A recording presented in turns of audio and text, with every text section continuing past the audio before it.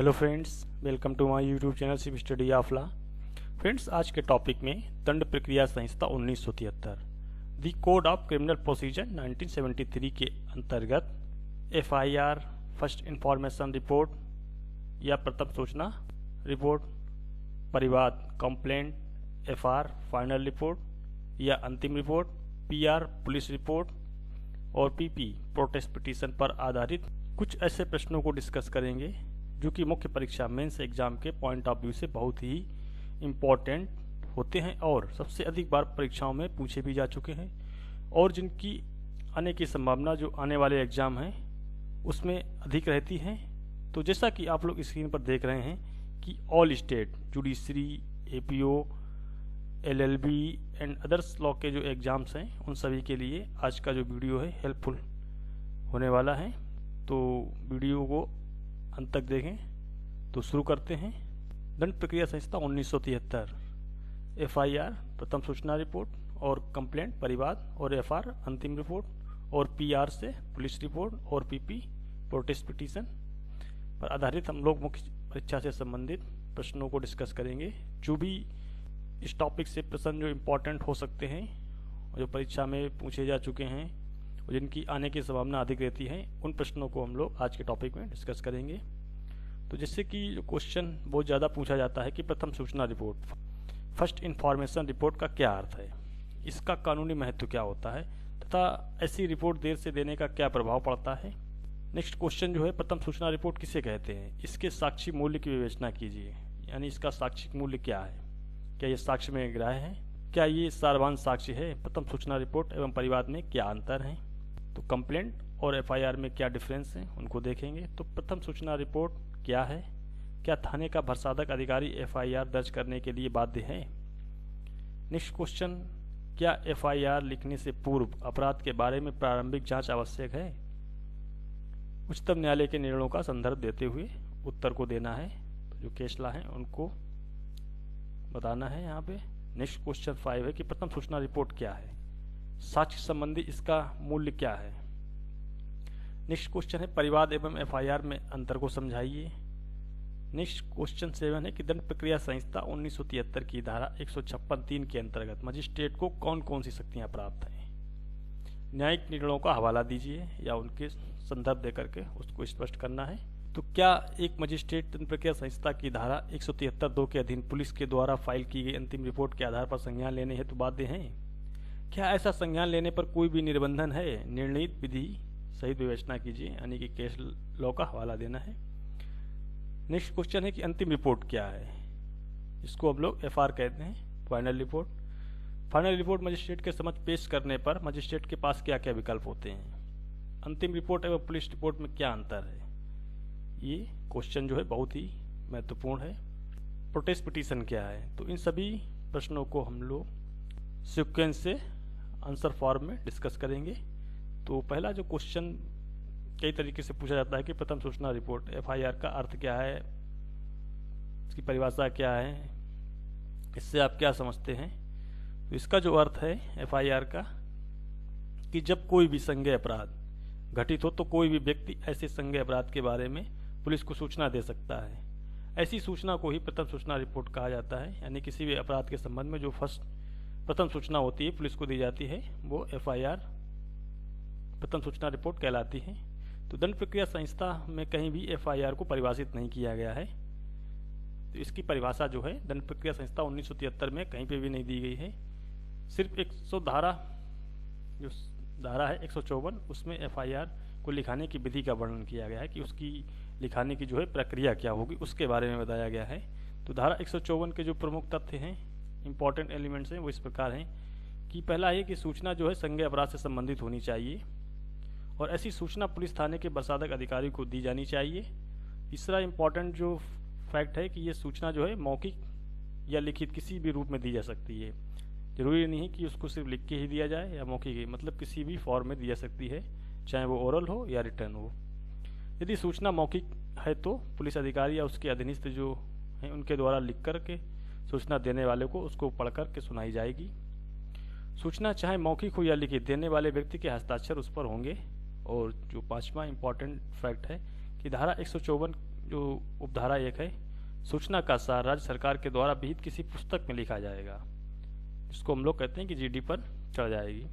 परंतु यदि किसी स्त्री के द्वारा जिसके विरुद्ध की भारतीय दंड संहिता 1860 के अंतर्गत जो धाराएं दी गई हैं, जैसे 326A है, 326B अम्ल डालना या डालने का प्रयत्न करना, 354 है स्त्री की लज्जा भंग करना, 54A में लैंगिक उत्पीड़न, B में स्त्री को निर्वस्त्र करने के, C में उसको घूरना या देखना, दृश्यता वॉयरिज्म के बारे में बताया गया है, और 354D है कि उसको पीछा करने के बारे में, और धारा 376 रेप से संबंधित है, 376A जो है, और 376AB जो अभी जोड़ी गई कि 12 वर्ष से कम आयु की महिला के साथ बाल संघ के लिए दंड। तो ये जो 376AB है ये 2018 के संशोधन के द्वारा जोड़ी गई है। तो जो नई धाराएं संशोधन के द्वारा जोड़ी गई हैं 2018 में और 2013 में, तो इन धाराओं को आप अच्छे से तैयार कर लें, क्योंकि जो संशोधन होते हैं उनसे प्रश्नों को अधिकतर पूछा जाता है। तो 376C है, 376D है, 376DA और DB को भी 2018 में जोड़ा गया है आपराधिक विधि संशोधन के अधिनियम के अंतर्गत।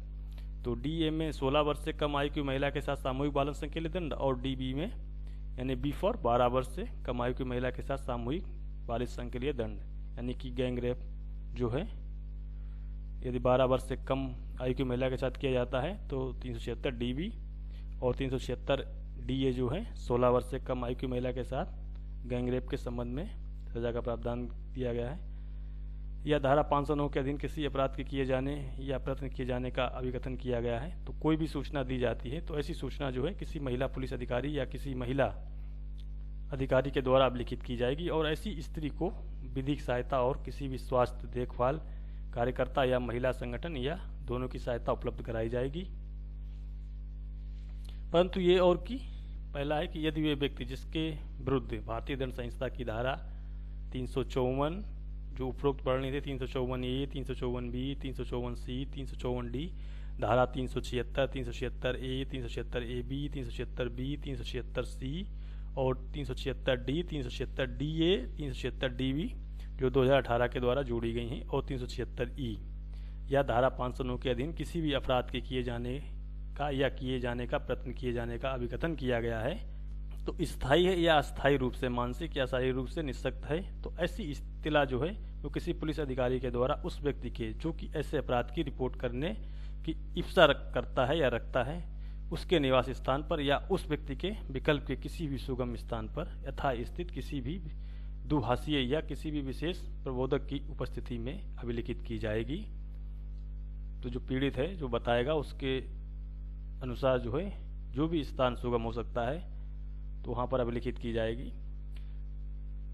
या फिर ऐसी इत्तिला जो है सूचना के अभिलेखन की वीडियो को फिल्म में तैयार की जाएगी, या फिर पुलिस अधिकारी के द्वारा धारा 164 की उपधारा 5A के खंड जो A है उसके अधीन किसी भी न्यायिक मजिस्ट्रेट के द्वारा उस व्यक्ति का कथन यथा शीघ्र अभिलिखित किया जाएगा। ये जो है अंतः स्थापित की गई है 3 फरवरी 2013 को।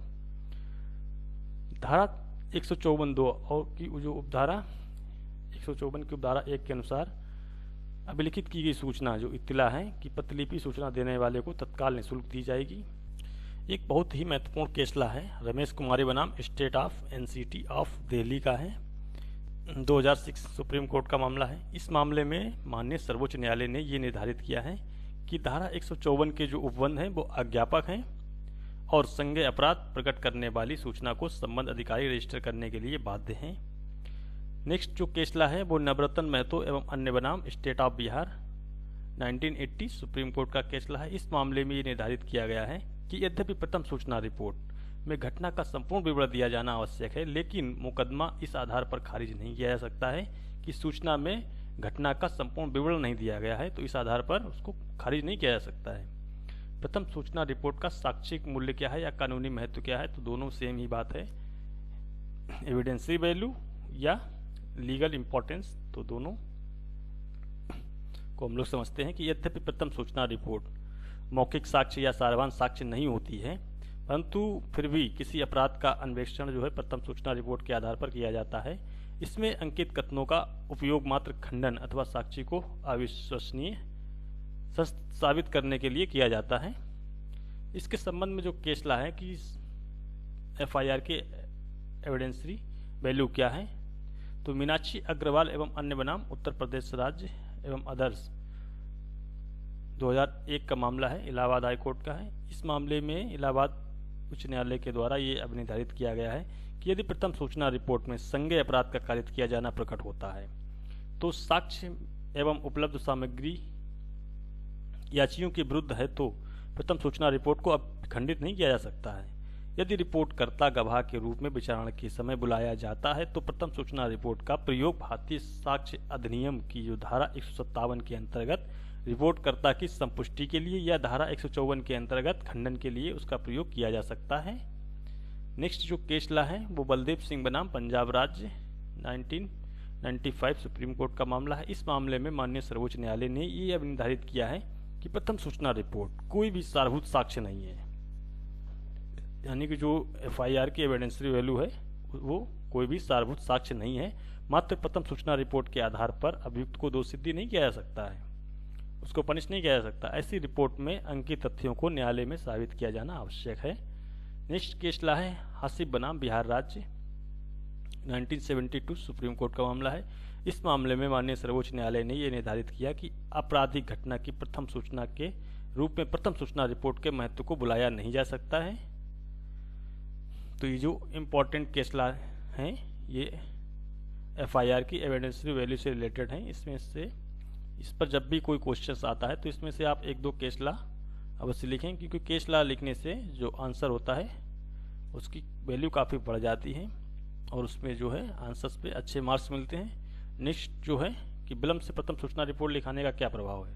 यदि कोई भी सूचना जो है एफआईआर लिखाई जाती है, यदि उसको लिखाने में देरी है तो उसका क्या प्रभाव होगा, क्या पड़ेगा, मतलब उस पर उसका प्रभाव किस पर इफेक्ट क्या होगा देर से लिखाने का। तो यदि प्रथम सूचना रिपोर्ट बिना युक्त कारण के अत्यधिक विलंब से लिखाई जाती है तो ऐसी रिपोर्ट संदेहास्पद हो सकती है। लेकिन यदि किसी युक्त कारण से प्रथम सूचना रिपोर्ट विलंब या देर से लिखाई गई है तो उसकी सत्यता पर संदेह नहीं किया जा सकता है। इसके संबंध में जो केस ला है कन्हैया लाल एवं अन्य बनाम राजस्थान राज्य का है 1989 सुप्रीम कोर्ट का मामला है। इस मामले में माननीय सर्वोच्च न्यायालय ने कहा है कि प्रथम सूचना रिपोर्ट मृतक को बैलगाड़ी से एक अस्पताल से दूसरे अस्पताल को ले जाने से हुए विलंब के कारण देर से लिखाई गई थी। तो सर्वोच्च न्यायालय ने इससे जो विलंब की देरी थी उसको युक्त कारण माना था कि जो लिखाने का जो कारण था वो रीजनेबल ग्राउंड था कि वो बैलगाड़ी से एक अस्पताल दूसरे अस्पताल ले जाना, इसलिए उसमें विलंब हो गया। नेक्स्ट जो केस ला है इससे रिलेटेड पृथ्वी चंद्र बनाम हिमाचल प्रदेश राज्य 1989 का है, सर्वोच्च न्यायालय का केस ला है। तो इस मामले में अवयस्क बालिका के साथ बलात्कार किया गया था, लेकिन बालिका का जो पिता है वो घर पर मौजूद नहीं था, इसलिए रिपोर्ट दूसरे दिन प्रातः लिखाई गई थी। तो माननीय सर्वोच्च न्यायालय ने यह निर्धारित किया कि प्रथम सूचना रिपोर्ट देर से नहीं लिखाई गई थी, क्योंकि ये जो सफिशिएंट कारण था कि उसका पिता घर पर नहीं था। नेक्स्ट केस ला है साहेब राव एवं अन्य बनाम महाराष्ट्र राज्य 2006 का मामला है। इस मामले में न्यायालय ने यह निर्धारित किया है कि विधि का सुस्थापित सिद्धांत ये कहता है कि विलंब से रिपोर्ट लिखाना अभियोजन के मामले को संदेहास्पद बनाने का स्वयं ही आधार नहीं हो सकता है। इस मामले में अपीलार्थी की पुत्री ने विवाह के केवल 4 महीने के अंदर आत्महत्या कर ली थी। तो मृतका के पिता ने पुलिस से कहा था कि वे अभी मानसिक रूप से परेशान है, बाद में प्रथम सूचना रिपोर्ट एफआईआर करेगा। निर्धारित किया गया कि ये अस्वाभाविक नहीं था और विलंब से रिपोर्ट लिखाने का उचित आधार था, क्योंकि जिस पिता की पुत्री ने आत्महत्या कर ली हो तो उसका मानसिक जो है संतुलन बिगड़ जाता है। तो ये जो है एक रीजनेबल ग्राउंड, एक युक्त कारण है। तो ये जो सूचना लिखाई गई थी देर से लिखाने का एक युक्त कारण माना गया था। नेक्स्ट केस ला है राम कुमार बनाम state of Haryana 1995 supreme court का केस ला है। इस मामले में घटना शाम को घटी थी, परंतु एफआईआर जो है प्रथम सूचना रिपोर्ट दूसरे दिन सवेरे लिखाई गई थी।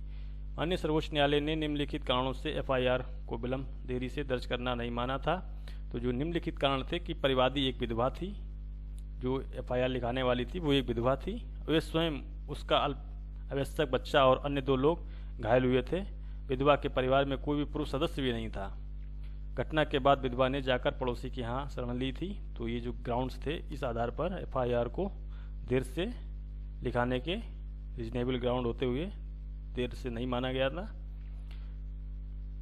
बलात्कार के मामलों में प्रथम सूचना रिपोर्ट विलंब से लिखाने का क्या प्रभाव है? तो विलंब से लिखाने के जो प्रभाव हैं, इसके संबंध में जो केस ला है, ये बहुत ही इंपॉर्टेंट फैक्ट है कि बलात्कार के मामलों में जो है प्रथम सूचना रिपोर्ट यदि विलंब से लिखाई जाती है तो उसका क्या प्रभाव होगा। तो इसके संबंध में जो केस ला है उत्तर प्रदेश राज्य बनाम मनोज कुमार पांडे का है, 2009 का है। इसमें सर्वोच्च न्यायालय के द्वारा डिसाइड किया गया था कि मामले में उच्चतम न्यायालय ने ये निर्धारित किया है कि यदि FIR विलंब से लिखाई जाती है तो सामान्य नियम ये है कि अभियोजन को विलंब से FIR लिखाने का कारण बताना है, परंतु बलात्कार के मामलों में ये नियम लागू नहीं होता है। सामान्य नियम है कि अभियोजन को विलंब से जो है FIR लिखाने के कारण को बताना होता है, परंतु जो रेप के मामले हैं उसमें ये नियम लागू नहीं होता है। ये उत्तर प्रदेश राज्य बनाम मनोज कुमार पांडे 2009 के मामले में निर्धारित किया गया है। क्या थाने का प्रसाधक अधिकारी FIR लिखने के लिए बाध्य है? तो इसके भी संबंध में एक केस ला है ललिता कुमारी बनाम उत्तर प्रदेश राज्य एवं अदर्स, 2008 का मामला है सुप्रीम कोर्ट का। तो मामले के जो तथ्य हैं वो इस प्रकार हैं। ये जो रिट याचिका है वो ललिता कुमारी अवैस्क, जिसका कि दिनांक 11/5/2008 को बेहपहरण हो गया था, की ओर से उसके पिता श्री भोला कामत के द्वारा संविधान के अनुच्छेद 32 के अंतर्गत प्रति उत्तरदाता उत्तर प्रदेश सरकार के विरुद्ध बंदी प्रत्यक्षीकरण याचिका जारी करने के लिए प्रस्तुत किया गया था। और याचिका में यह कथन किया गया था कि संबंधित थाने में अपराध की सूचना दिए जाने के बाद भी उसकी रिपोर्ट नहीं लिखी गई और वे पुलिस अधीक्षक SP को आवेदन करने के बाद ही दर्ज किया गया, किंतु बच्ची को पुनः प्राप्त करने और अभियुक्तों को गिरफ्तार करने के लिए कोई भी कदम नहीं उठाया गया था। तो इसमें जो मुख्य निर्धारक प्रश्न ये थे कि संविधान सभा की जो पीठ थी उनके समक्ष ये निर्धारण के जो मुख्य प्रश्न ये हैं थे कि क्या दंड प्रक्रिया संहिता 1973 की जो धारा 154 है उसके अंतर्गत किसी संज्ञेय अपराध के घटित होने से संबंधित सूचना प्राप्त होने पर कोई भी प्रथम सूचना रिपोर्ट दर्ज करने के लिए कोई पुलिस अधिकारी बाध्य है या नहीं। तो ये पुलिस अधिकारी को उसे दर्ज करने के पूर्व ऐसी सूचना के सत्यता का पता लगाने के अनुक्रम में कोई भी प्रारंभिक जांच करने की शक्ति जो है प्राप्त है। तो निर्णय ये दिया गया कि संविधान पीठ ने निम्नलिखित दिशा निर्देशों को भी जारी किया था अपने निर्णय में। तो पहला था कि यदि सूचना से किसी संज्ञेय अपराध का कारित होना प्रकट होता है तब जो धारा 154 है दंड प्रक्रिया संहिता 1973 की, उसके अंतर्गत प्रथम सूचना रिपोर्ट FIR दर्ज किया जाना विधिक रूप से आदेशात्मक है और ऐसे किसी परिस्थिति में कोई भी प्रारंभिक जांच की अनुमति देने योग्य नहीं होगी। दूसरा था कि यदि प्रथम सूचना रिपोर्ट किसी संज्ञेय अपराध को प्रकट नहीं करती है बल्कि किसी जांच की आवश्यकता दर्शित करती है तो प्रारंभिक जांच की जा सकती है, किंतु केवल ये सुनिश्चित करने के लिए कि क्या संज्ञेय अपराध प्रकट होता है या नहीं। तीसरा जो निर्देश था ये था कि यदि जांच ऐसे किसी संज्ञेय अपराध का पता चलता है जो प्रथम सूचना रिपोर्ट अवश्य दर्ज किया जाना चाहिए, तो ऐसे मामलों में जहां प्रारंभिक जांच सूचना को बंद कर देने के रूप में समाप्त होती है तो ऐसे आशय के प्रविष्टि की एक प्रति जो है तत्काल प्रथम सूचना दाता को दिया जाना चाहिए और कि 1 सप्ताह बाद उसमें जांच बंद करने का और आगे कार्रवाई नहीं करने का संक्षेप में कारण भी दर्शित होना चाहिए। नेक्स्ट है कि यदि संज्ञेय अपराध दर्शित होता है तब पुलिस अधिकारी अपराध को दर्ज करने के अपने कर्तव्य से नहीं बच सकते हैं। उपेक्षावान अधिकारी जो कि किसी भी संज्ञेय अपराध प्रकट करते हुए सूचना को उसके द्वारा प्राप्त होने के बाद भी प्रथम सूचना रिपोर्ट दर्ज नहीं करता है तो उसके विरुद्ध कार्रवाई किया जाना चाहिए। 5वां जो गाइडलाइंस दिया था कि प्रथम प्रारंभिक जांच का जो विस्तार क्षेत्र है वो प्राप्त सूचना की सत्यता या अन्यथा को सत्यापित करना नहीं है, बल्कि केवल यह सुनिश्चित करना है कि क्या सूचना किसी संज्ञेय अपराध को प्रकट करती है। नेक्स्ट है कि किन किन अपराधों में FIR लिखने से पूर्व प्रारंभिक जांच आवश्यक है। तो ऐसे कौन कौन से अपराध हैं जिनमें प्रारंभिक जांच करना आवश्यक है FIR लिखने से पहले। तो किन किन मामलों में प्रारंभिक जांच किया जाना चाहिए, तो प्रत्येक मामले के तथ्यों और परिस्थितियों पर यह निर्भर करेगा कि किन किन मामलों में जांच करके प्रथम सूचना रिपोर्ट दर्ज की जाए। परंतु मामलों की कुछ श्रेणियां ऐसी हैं जिसकी FIR लिखने से पूर्व प्रारंभिक जांच की जा सकती हैं। तो वो इस प्रकार हैं। पहला है कि भ्रष्टाचार के मामले। तो इस मामलों में प्रथम सूचना रिपोर्ट से पहले प्रारंभिक जांच की जाएगी। पारिवारिक विवाद, वैवाहिक मामले, इनमें जो है FIR दर्ज करने से पहले प्रारंभिक जांच की जाएगी। वाणिज्यिक अपराध हैं, चिकित्सीय उपेक्षा के मामले हैं, ऐसे मामले जहां दांडिक अभियोजन प्रारंभ किए जाने में अत्यधिक विलंब की उपेक्षा की गई है तो इन मामलों में प्रारंभिक जांच करने के पश्चात प्रथम सूचना रिपोर्ट दर्ज की जाएगी। अभियुक्त और परिवादी के अधिकारों को सुनिश्चित करने तथा उनकी संरक्षा करते हुए ऐसे प्रारंभिक जांच एक निश्चित सीमा समय के अंदर कर लिया जाना चाहिए और किसी भी दशा में समय सीमा की जो अवधि है 7 दिन से अधिक नहीं होनी चाहिए। चूंकि जनरल डायरी, स्टेशन डायरी और डेली डायरी पुलिस स्टेशन में प्राप्त की गई सूचनाओं के अभिलेख हैं, अतः हम ये निर्देश देते हैं कि संज्ञेय अपराधों से संबंधित सभी सूचना है, चाहे वो प्रथम सूचना रिपोर्ट हो, दर्ज किए जाने के रूप में परिणामित हो या कोई जांच करने के अग्रसरता में, उक्त डायरियों में अवश्य ही प्रत्यावर्तित होनी चाहिए। तो ये जो हैं निर्णय दिए गए थे माननीय सर्वोच्च न्यायालय के द्वारा। ललिता कुमारी बनाम उत्तर प्रदेश राज्य के मामले में ये निर्णय दिया गया था कि क्या कोई पुलिस अधिकारी प्रथम सूचना रिपोर्ट लिखने के लिए बाध्य है या नहीं। नेक्स्ट क्वेश्चन जो बन जाता है कि प्रथम सूचना रिपोर्ट दर्ज करने से इनकार करने पर आपके पास क्या क्या उपाय हैं। यदि कोई भी पुलिस अधिकारी प्रथम सूचना रिपोर्ट दर्ज करने से इनकार करता है तो क्या उपाय हैं, क्या रेमेडी है।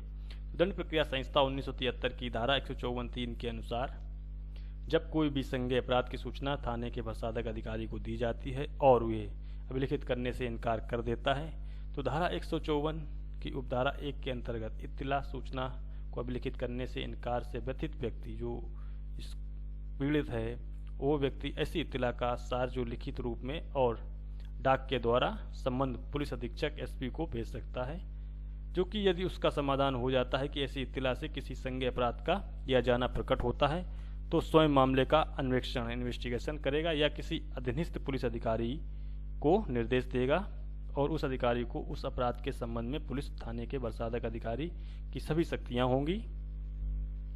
यदि पुलिस अधीक्षक एसपी भी कार्रवाई नहीं करता है तो क्या उपाय हैं। जब पुलिस ने प्रथम सूचना रिपोर्ट लिखने से मना कर दिया तो आप लिखित में एसपी को डाक के द्वारा भेज सकते हैं, तो उस पर जो है एसपी को अधिकार है कि वो या तो निर्देश दें या स्वयं अन्वेषण करके प्रथम सूचना रिपोर्ट को दर्ज करवा सकते हैं। जब एसपी भी पुलिस अधीक्षक भी कार्रवाई ना करे तब क्या उपाय हैं। तो ऐसी इत्तला लिखित ना करने पर व्यथित व्यक्ति जो पीड़ित है वो संबंध पुलिस अधीक्षक को इत्तला के सार को अवगत कराता है और पुलिस अधीक्षक द्वारा कार्रवाई नहीं की जाती है तो व्यथित व्यक्ति जो धारा 156(3) के अंतर्गत, ये बहुत ही इम्पोर्टेंट सेक्शन है, धारा 156(3) के अंतर्गत संबंध मजिस्ट्रेट के समक्ष आवेदन करेगा। आवेदन के साथ जो है प्रथम इत्तला रिपोर्ट की एक प्रति तथा डाक रसीद जो एसपी को डाक के द्वारा भेजी गई है सूचना, उसकी रसीद संलग्न करेगा। यहाँ पे ये डाक रसीद और प्रथम सूचना रिपोर्ट की प्रति मजिस्ट्रेट के समक्ष परिवाद या सूचना दर्ज कराने के लिए बहुत ही इंपॉर्टेंट है।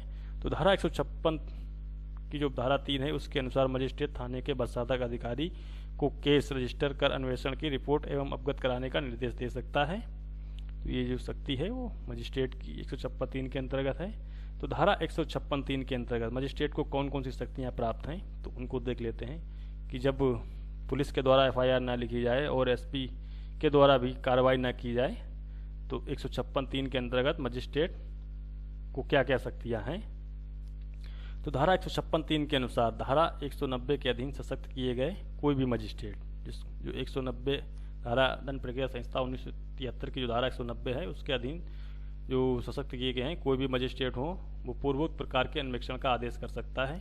ये शक्ति जो है 156(3) के अंतर्गत मजिस्ट्रेट को प्राप्त है। वो ऐसा करता है तब उसे शपथ पर प्रतिवादी की परीक्षा नहीं करनी होती है क्योंकि उसमें किसी अपराध का संज्ञान नहीं ले रहा होता है।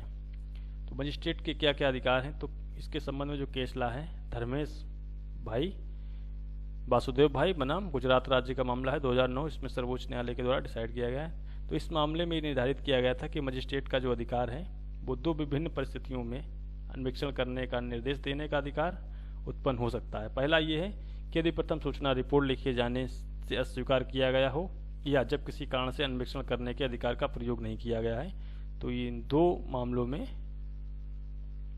मजिस्ट्रेट को अधिकार है कि वो जो है प्रथम सूचना रिपोर्ट का निर्देश दे सकता है।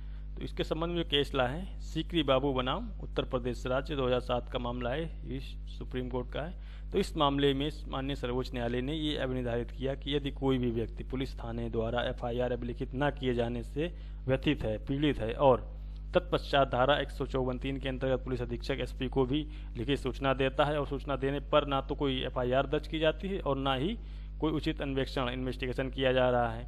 तो वहाँ जो व्यथित परेशान व्यक्ति है वो धारा 156(3) के अंतर्गत संबंधित मजिस्ट्रेट के समक्ष आवेदन दे सकता है और मजिस्ट्रेट एफआईआर दर्ज करने एवं अन्वेषण का आदेश कर सकते हैं।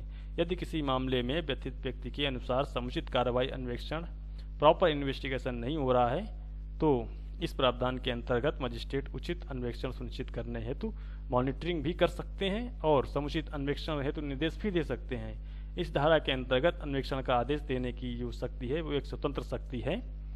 धारा 200 के अंतर्गत परिवाद भी कर सकते हैं मजिस्ट्रेट के समक्ष यदि एफआईआर दर्ज नहीं की जाती है पुलिस और एसपी के द्वारा, तो धारा 200 के अंतर्गत उनको ये भी अधिकार है कि वो मजिस्ट्रेट के समक्ष परिवाद भी करा सकते हैं। तो परिवाद क्या है? कंप्लेंट। What is complaint?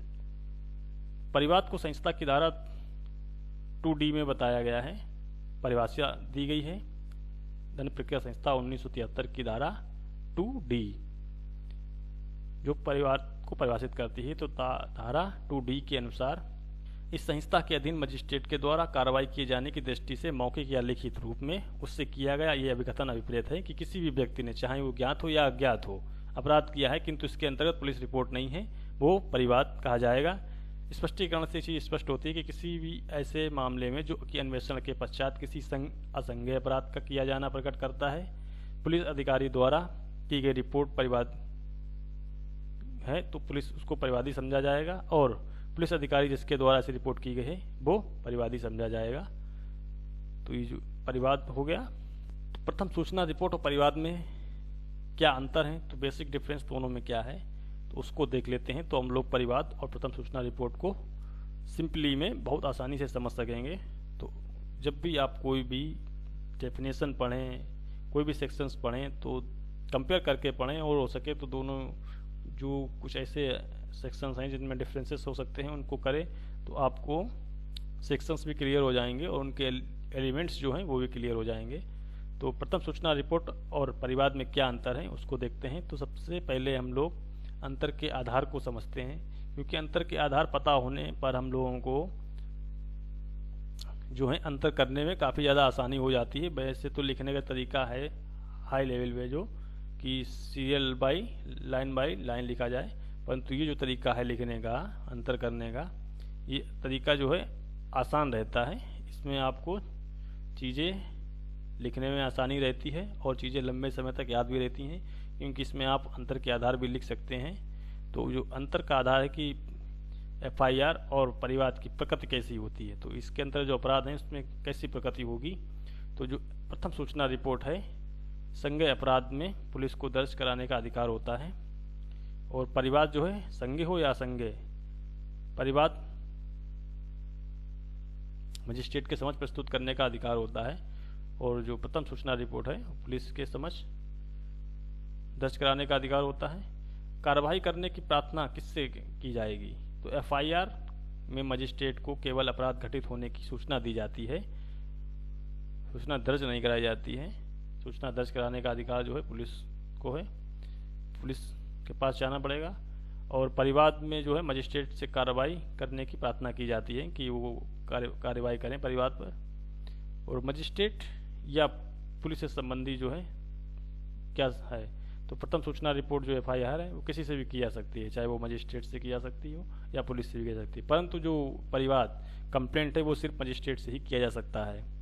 कार्रवाई की अनिवार्यता संबंधी क्या है, तो एफआईआर के मामले में सूचना मिलने पर मजिस्ट्रेट को कार्रवाई करना आवश्यक नहीं होता है, परंतु परिवाद किए जाने पर मजिस्ट्रेट संहिता के उपबंधों के अनुसार कार्रवाई करने के लिए आवश्यक होता है, उसको कार्रवाई करनी ही करनी है। तो ये जो बेसिक डिफरेंस थे एफआईआर और कंप्लेंट में इनको हमने देखा। नेक्स्ट क्वेश्चन जो आपको बनता है कि क्या मजिस्ट्रेट धारा 173(2) के अंतर्गत पुलिस द्वारा फाइल की गई एफआईआर फाइनल रिपोर्ट या अंतिम रिपोर्ट के आधार पर संज्ञान हेतु बाध्य है। तो 173(2) के अंतर्गत पुलिस के द्वारा फाइल की गई फाइनल रिपोर्ट के आधार पर मजिस्ट्रेट संज्ञान लेने के लिए बाध्य है। तो दंड प्रक्रिया संहिता 1973 की धारा 169, 173(2) के अंतर्गत पुलिस द्वारा फाइल की गई अंतिम रिपोर्ट एफआईआर के आधार पर संज्ञान लेने हेतु बाध्य नहीं है। कोई भी मजिस्ट्रेट 169 173 2 के अंतर्गत पुलिस के द्वारा फाइल की गई अंतिम रिपोर्ट पर संज्ञान लेने के लिए बाध्य नहीं है, स्पष्ट किया गया है। इसके संबंध में जो केस ला है राजेश्वर बनाम उत्तर प्रदेश राज्य AIR 1998 SCC यानी सुप्रीम कोर्ट का है। इसके मामले में माननीय सर्वोच्च न्यायालय ने यह अब निर्धारित किया है कि पुलिस द्वारा अंतिम रिपोर्ट और चार्जशीट पेश किए जाने पर मजिस्ट्रेट उसे स्वीकार किए जाने के लिए बाध्य नहीं है। यदि मजिस्ट्रेट की राय है कि अन्वेषण समुचित ढंग से नहीं किया गया है तो वहां अतिरिक्त अन्वेषण का निर्देश भी दे सकते हैं। अंतिम रिपोर्ट स्वीकार किए जाने के बाद भी अतिरिक्त अन्वेषण का निर्देश अनुचित नहीं है। मजिस्ट्रेट अंतिम रिपोर्ट के आधार पर संज्ञान ले सकते हैं यदि केस डायरी में पर्याप्त सामग्री है। नेक्स्ट केस ला है सत्यपाल बनाम state of UP AIR 2000 Allahabad high court का है। इस मामले में इलाहाबाद उच्च न्यायालय ने अभी निर्धारित किया है कि धारा 173 के अधीन मजिस्ट्रेट के समक्ष अंतिम रिपोर्ट पेश किए जाने पर सूचनाकर्ता को नोटिस जारी करने हेतु न्यायालय बाध्य है और उसे सुनवाई का अवसर भी देना होगा। तो जो अभियोजन पक्ष है, यदि पुलिस के द्वारा FIR लगाई जाती है तो अभियोजन पक्ष को नोटिस देना आवश्यक है। पहला है कि जहां किसी व्यक्ति के द्वारा ऐसे अपराध कारित किए जाने हों जिनका कि विचारण में आरोप लगाया जा सकता हो एवं विचारण किया जा सके, अथवा कई व्यक्तियों के द्वारा ऐसे अपराध कारित किए गए हों जिनके लिए एक ही विचारण में आरोप लगाए या विचारण किए जा सकते हैं, तो वहां ऐसे अपराध की जांच व विचारण ऐसे किसी भी न्यायालय के द्वारा किया जा सकेगा जो उनमें से किसी भी अपराध का परीक्षण करने के लिए सक्षम हो। अंतिम रिपोर्ट है क्या, इसका अर्थ क्या है, फाइनल रिपोर्ट क्या है? तो अंतिम रिपोर्ट को संहिता की धारा 173 के अंतर्गत ही पेश किया जाता है। धारा 173 के अनुसार यदि थाने का वरसाधक अधिकारी को अन्वेषण में मिले साक्ष्य पर विचार करके ये ज्ञात हो जाता है कि मामले के चालान के लिए पर्याप्त साक्ष्य नहीं मिल सकता है और ऐसी परिस्थितियां मालूम होती हैं जिनसे कि अभियुक्त पर उस अपराध की करने का उचित संदेह हो, तो वे संबंधित मजिस्ट्रेट को इस राय की रिपोर्ट देगा जिसे अंतिम रिपोर्ट कहा जाता है। तो CBI के द्वारा पेश की गई रिपोर्ट को क्लोजर रिपोर्ट कहा जाता है और पुलिस के द्वारा पेश की गई रिपोर्ट को अंतिम रिपोर्ट को कहा जाता है। इसमें भी डिफरेंस समझ लें आप कि क्लोजर रिपोर्ट क्या होती है और अंतिम रिपोर्ट फाइनल रिपोर्ट क्या होती है। तो जो CBI के द्वारा रिपोर्ट फाइल की जाती है वो क्लोजर रिपोर्ट कहलाती है और जो पुलिस के द्वारा फाइल की जाती है वो अंतिम रिपोर्ट। अंतिम रिपोर्ट धारा 169 के अनुसार अन्वेषण करने पर पुलिस थाने का वरसाधक अधिकारी को यह प्रतीत होता है कि ऐसा पर्याप्त साक्ष्य नहीं है या फिर संदेह करने का उचित आधार नहीं है जिसके कारण अभियुक्त जो है को मजिस्ट्रेट के पास भेजा जाना नियोजित हो, तो ऐसा अधिकारी उस दशा में जिसमें वे व्यक्ति अभिरक्षा में है उसके द्वारा प्रतिभूओं सहित या रहित बंद पद पर निष्पादित करने पर छोड़ दिया जाएगा।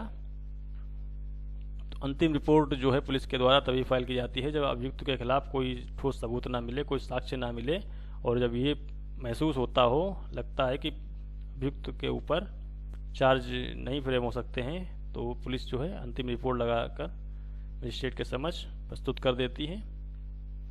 इसके संबंध में जो केस ला है सत्यपाल बनाम उत्तर प्रदेश राज्य 2000 का है। इस मामले में भी न्यायालय ने निर्धारित किया है कि धारा 173 के अंतर्गत मजिस्ट्रेट के जो समक्ष अंतिम रिपोर्ट पेश किए जाने पर इत्तलाकर्ता को नोटिस जारी करने हैं तो न्यायालय बाध्य है और उसे सुनवाई का अवसर भी देना आवश्यक है। तो न्यायालय जो है यदि पुलिस के द्वारा मामले में अंतिम रिपोर्ट दाखिल कर दी जाती है तो न्यायालय जो है सबसे पहले जो है कि अभियोजन पक्ष को नोटिस देना जरूरी है क्योंकि उसको भी सुनना जरूरी है। तो अभियोजन पक्ष अंतिम रिपोर्ट पर क्या कर सकते हैं, उनके क्या क्या अधिकार हैं, इसके संबंध में हम लोग देखेंगे। तो पहले इस केस ला को देख लेते हैं कि राजेश्वर बनाम उत्तर प्रदेश राज्य के मामले में जो है न्यायालय ने निर्धारित किया है कि फाइनल रिपोर्ट और चार्जशीट फाइल किए जाने पर मजिस्ट्रेट के द्वारा स्वीकार करने के लिए बाध्य नहीं है यदि मजिस्ट्रेट की राय है कि अन्वेषण समुचित ढंग से नहीं किया गया है।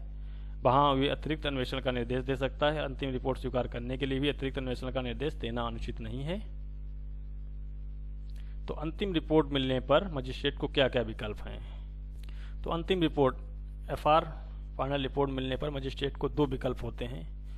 पहला है कि वे अंतिम रिपोर्ट को स्वीकार कर सकते हैं। तो स्वीकार करने पर निम्नलिखित परिस्थितियां हो सकती हैं। जब स्वीकार करेंगे तो वो निम्नलिखित परिस्थितियों में स्वीकार करेंगे। यदि अभियुक्त जेल में है तो उसे जेल से छोड़ने का आदेश जेल के अधीक्षक को भेजेंगे। यदि अभियुक्त उसके समक्ष भेजा गया है तो वे उसे वहीं छोड़ने का आदेश देंगे। तीसरा है कि यदि अभियुक्त को थाने के वरसाधक पुलिस अधिकारी ने बंद पथ पर लेकर छोड़ा है तो उसे बंद पथ से मुक्त कर दिया जाएगा। तो जब स्वीकार करते हैं अंतिम रिपोर्ट को तो ये तीन परिस्थितियों में अभियुक्त को जो है मुक्त कर दिया जाएगा। यदि दूसरा है कि यदि वे अंतिम रिपोर्ट को अस्वीकार करते हैं, डिनाई करते हैं तो अस्वीकार करने पर जो निम्नलिखित परिस्थितियां हैं उसमें कार्रवाई कर सकते हैं। तो पहला कि वे पुलिस को धारा 156(3) के अंतर्गत अतिरिक्त अन्वेषण फर्दर इन्वेस्टिगेशन का भी आदेश दे सकते हैं, जिसमें अभी आप और इन्वेस्टिगेशन कीजिए। यदि मजिस्ट्रेट की राय है कि अंतिम रिपोर्ट में दिए गए तथ्यों से अपराध घटित होता है तो उस अपराध का संज्ञान कर सकते हैं, किंतु उसे पुलिस को इस प्रकार का आदेश देने का अधिकार नहीं है कि वे उस मामले में आरोप पत्र लगाकर भेजें। तो ऐसी स्थिति में जब वो पुलिस एफआईआर लगाती है तो जब यदि मजिस्ट्रेट उसको डिनाई करते हैं तो उनको ये अधिकार नहीं है कि वो पुलिस पर प्रेशर बनाएं कि उसमें वो है आरोप पत्र दाखिल करें, यानी चार्जशीट लगा के भेजें। तो इसके लिए वो बाध्य नहीं कर सकते हैं। फर्दर इन्वेस्टिगेशन का आर्डर दे सकते हैं या फिर उसको परिवाद के रूप में भी दर्ज कर सकते हैं और सुनवाई कर सकते हैं, लेकिन जो है आरोप पत्र लगाकर भेजने के लिए बाध्य नहीं कर सकते हैं। एक बार यदि अंतिम रिपोर्ट स्वीकार कर ली जाती है तो भी मजिस्ट्रेट मामले पर पुनः विचार भी कर सकते हैं। यदि फिर भी विचार करने पर वे समझते हैं कि डायरी में पर्याप्त सामग्री है तो ये पहले आदेश को रद्द करके अभियुक्त के नाम समन भी जारी कर सकते हैं। तीसरा है कि जब प्रोटेस्ट पिटीशन प्रतिवाद याचिका जिसको कहते हैं परिवादी के द्वारा फाइल की जाती है तो प्रोटेस्ट पिटीशन में परिवाद के सभी तथ्य जो हैं अंतर्विष्ट किए जाएंगे। क्या अपराध हुआ है, किसने किया है, किसके द्वारा अपराध कारित किया गया है आदि जो भी हैं वो मजिस्ट्रेट के समझ प्रोटेस्ट पिटीशन को परिवाद मानकर भी कार्रवाई मजिस्ट्रेट कर सकते हैं।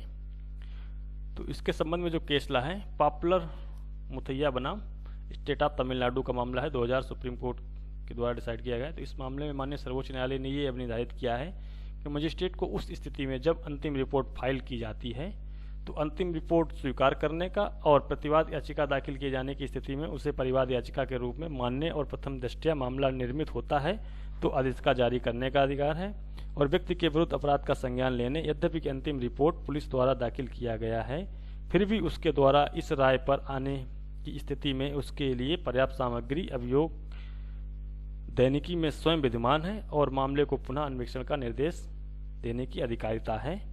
नेक्स्ट केस ला था धर्मपाल एवं अन्य बनाम state of Haryana 2014 supreme court का मामला था। इस मामले में माननीय सर्वोच्च न्यायालय ने संवैधानिक पीठ के समक्ष प्रश्नों पर अपना मत प्रकट किया था कि क्या सेशन न्यायालय के द्वारा विचारणीय मामले को दंड प्रक्रिया संहिता की धारा 209 के अंतर्गत सेशन न्यायालय को सुपुर्द करने के लिए मजिस्ट्रेट की कोई भी अन्य भूमिका शेष रह जाती है। तो धारा 173(3) के अंतर्गत पुलिस अधिकारी अंतिम रिपोर्ट को अस्वीकार करने एवं मजिस्ट्रेट अभियुक्त के विरुद्ध कार्रवाई करने की जो पर्याप्त शक्ति रखते हैं तो वो सेशन न्यायालय को ये शक्ति धारा 319 के अंतर्गत पहुंचने के बाद प्राप्त होती है। यदि मजिस्ट्रेट धारा 173 के अंतर्गत अंतिम रिपोर्ट से असहमत हैं तो दो विकल्प प्राप्त होते हैं। पहला कि यदि अनुरोध याचिका प्रस्तुत किया गया है तो उस पर कार्रवाई करें या अभियुक्त के विरुद्ध स्वयं प्रक्रिया अपनाते हुए उसे सम्मन जारी करें। दूसरा तक यदि संतुष्ट हैं कि चार्जशीट आरोप पत्र कॉलम 2 के व्यक्ति के विरुद्ध कार्रवाई करने का पर्याप्त आधार है तब आगे कार्रवाई कर सकते हैं या मामले को सेशन न्यायालय को प्रेषित कर सकते हैं। अंतिम रिपोर्ट के बाद मामला विचारणा का होने पर या तो स्वयं कार्रवाई करेंगे या फिर मामले को सेशन न्यायालय को सुपुर्द करेंगे। तो प्रोटेस्ट पिटीशन क्या है, आखिर विरोध याचिका क्या है, इससे आप क्या समझते हैं? जब अंतिम रिपोर्ट एफआईआर जो है फाइनल रिपोर्ट फाइल की जाती है पुलिस के द्वारा या जब सूचनाकर्ता को ये विश्वास है कि मामले में अंतिम रिपोर्ट पेश की जाने की युक्त संभावना है और वह अंतिम रिपोर्ट को चुनौती देना चाहता है तो ये प्रतिवाद याचिका है। इसको विरोध याचिका भी कहते हैं या प्रोटेस्ट पिटीशन मजिस्ट्रेट के समक्ष फाइल कर सकता है। अंतिम रिपोर्ट को चुनौती देने वाली याचिका को ही हम लोग अनुरोध याचिका या विरोध याचिका या प्रतिवाद याचिका या प्रोटेस्ट पिटीशन कहते हैं। पुलिस रिपोर्ट एवं अंतिम रिपोर्ट में क्या अंतर है? तो ये जो क्वेश्चन है बहुत ही इंपॉर्टेंट है और इसमें डिफरेंस होना आप लोगों को आने ही चाहिए क्योंकि क्वेश्चन जो है बहुत ही बार परीक्षाओं में पूछा जा चुका है और इसकी आने की संभावना सबसे ज़्यादा रहती है कि पुलिस रिपोर्ट और अंतिम रिपोर्ट में अंतर क्या होता है आखिर, क्योंकि दोनों रिपोर्ट तो पुलिस के द्वारा ही फाइल की जाती हैं फिर भी दोनों में अंतर है। तो दोनों रिपोर्ट में जो सामान्यता है कि दोनों रिपोर्ट पुलिस के द्वारा ही मजिस्ट्रेट के समक्ष न्यायालय में फाइल की जाती हैं, परंतु फिर भी दोनों में अंतर है, भिन्नता है। तो अंतर की परिस्थितियाँ जो हैं वो निम्नलिखित हैं।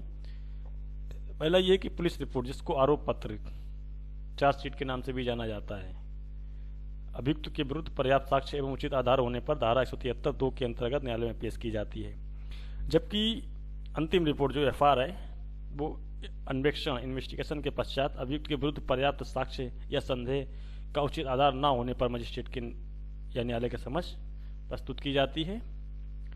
दूसरा अंतर था कि पुलिस रिपोर्ट, आरोप पत्र या चार्जशीट जिसको कहते हैं को मजिस्ट्रेट अस्वीकार नहीं कर सकते हैं, जबकि अंतिम रिपोर्ट को मजिस्ट्रेट स्वीकार भी कर सकते हैं या अस्वीकार डिनाई भी कर सकते हैं और अतिरिक्त अन्वेषण फर्दर इन्वेस्टिगेशन करने का आदेश भी दे सकते हैं। तीसरा जो बेसिक डिफरेंस है कि पुलिस रिपोर्ट चार्जशीट पेश करने पर अभियुक्त को सुनवाई का अधिकार आदेश का सम्मन या वारंट जारी करने के पश्चात उत्पन्न होता है। जब चार्जशीट फाइल होगी तो जो एक्यूज्ड है उसको जो सुनवाई का अधिकार है वो उसको सम्मन या वारंट जारी करने के बाद ही उत्पन्न होगा, उसको प्राप्त होगा, जबकि अंतिम रिपोर्ट को चुनौती परिवादी के द्वारा एफआर पेश करने पर या पेश किए जाने की युक्त संभावना होने पर दी जा सकती है।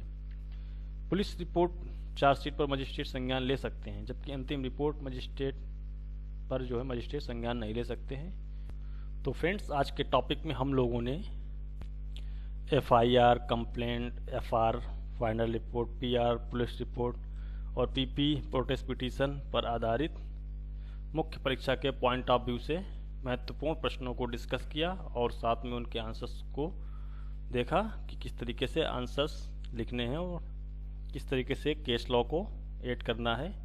तो फ्रेंड्स, आज के टॉपिक में इतना ही। और एक विशेष सूचना है आप लोगों के लिए कि जो लोग बिहार एपीओ मेंस एग्ज़ाम की तैयारी कर रहे हैं तो उन लोगों के लिए बिहार एपीओ मेंस एग्ज़ाम के लिए एक स्पेशल प्लेलिस्ट तैयार की गई है। तो पहले वो लोग चैनल पर जाएं और पहला आपको ऑप्शन मिलेगा होम और दूसरा मिलेगा वीडियोज और तीसरा प्लेलिस्ट का मिलेगा। इस पर आप क्लिक करें तो आपको यहाँ पर बिहार एपीओ मुख्य परीक्षा मेंस एग्जाम कंप्लीट मटेरियल की प्ले लिस्ट मिल जाएगी। इस पर आपको क्लिक करना है और आपके सामने इस साइट में सभी वीडियो आ जाएंगे। जितने भी वीडियो हैं आपके सामने आ जाएंगे, इनको आप 1 बाय 1 करके देख सकते हैं।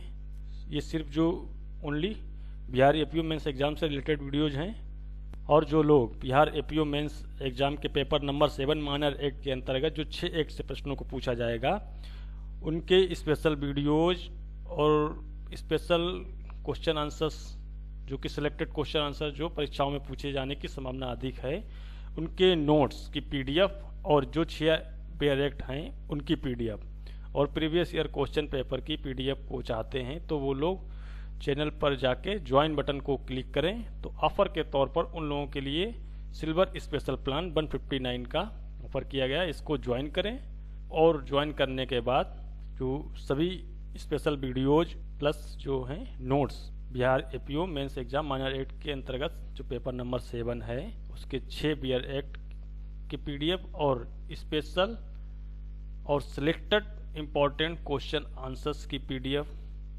और प्लस जो है आपको प्रीवियस ईयर के क्वेश्चन पेपर्स की पीडीएफ जो है 159 में उपलब्ध है।